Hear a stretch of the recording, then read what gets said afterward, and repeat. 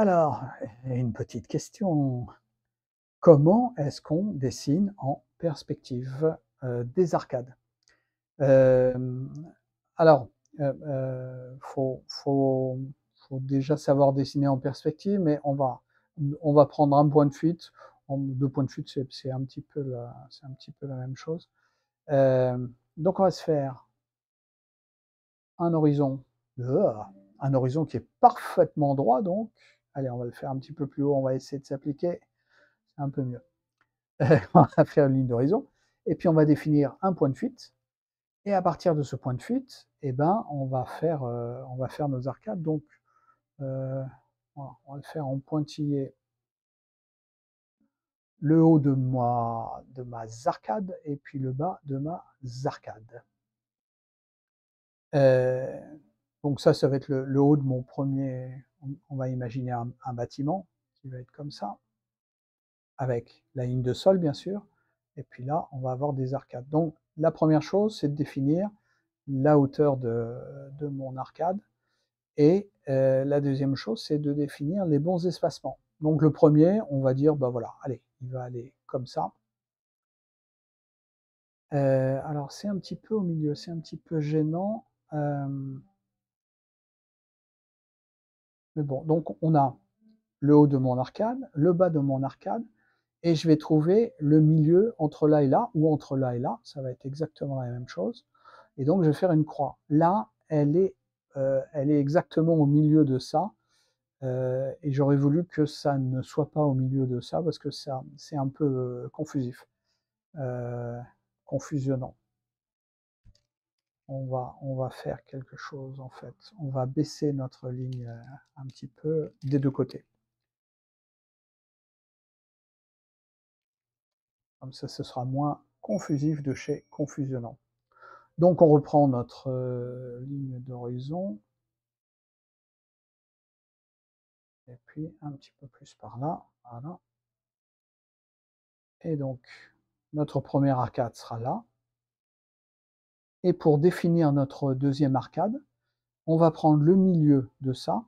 Tu vois que le milieu, c'est pas le point d'horizon du coup et le milieu, bah, ça va être plutôt par ici et puis on va tracer, pardon, une droite qui va passer par notre milieu et quand elle va s'arrêter, en bas donc, et ben, ça va être notre deuxième arcade. Waouh!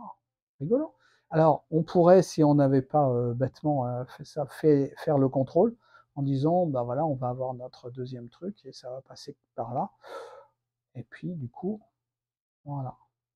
Alors, rien n'empêche d'avoir une ligne qui va construire comme ça et du coup, et ben, voilà, on va dire le deuxième milieu, il va être comme ça. Peut-être que mon milieu est pas tout à fait au milieu, mais c'est pas grave. Alors, je vais dire le premier, il va être là. Voilà, voilà. Je vais faire les blocs en fait. Et puis comme ça. Et puis après, on reprend notre hop et hop. Et puis, bah voilà. Alors, si on n'en a qu'un, on peut tracer avec une règle. On trace, on peut même mesurer les trucs entre. Mais tu vois que du coup, on arrive à avoir des espacements qui vont être de plus en plus petits.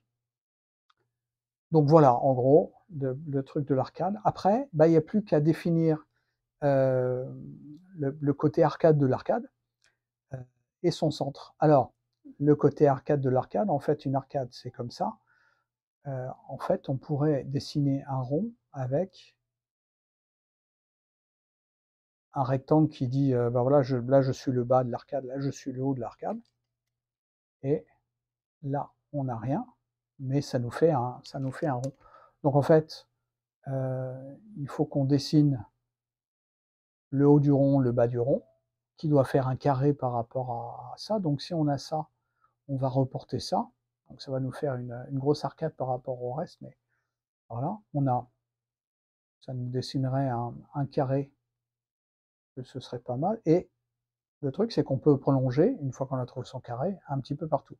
Et après, On va dire que l'arcade, elle va se terminer ici, c'est-à-dire exactement au milieu du rond, parce que ça va être un hémisphère.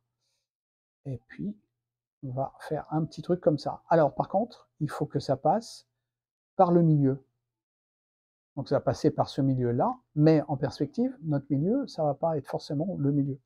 Mais par contre, ça va être le milieu par rapport, on va faire un petit, par rapport à notre carré. Donc, on fait un petit truc comme ça et un petit truc comme ça. Et on va trouver le milieu qui va pas être tout à fait au milieu, qui va être un petit peu, tu vois, ça c'est une moitié un petit peu plus grosse que celle-là. Normal, puisqu'on est en perspective.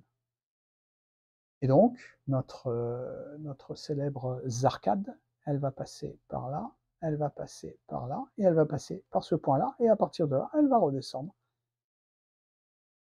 Et voilà. Alors, ce qu'on n'a pas compté, c'est les espaces entre les arcades.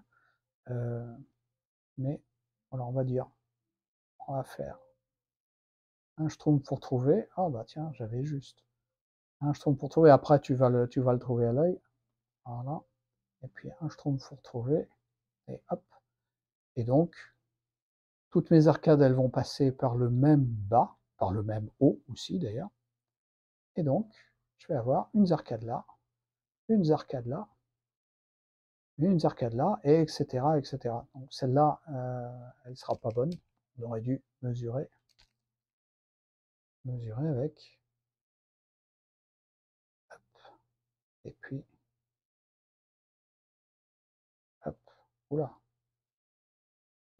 voilà, il faut que ça aille là.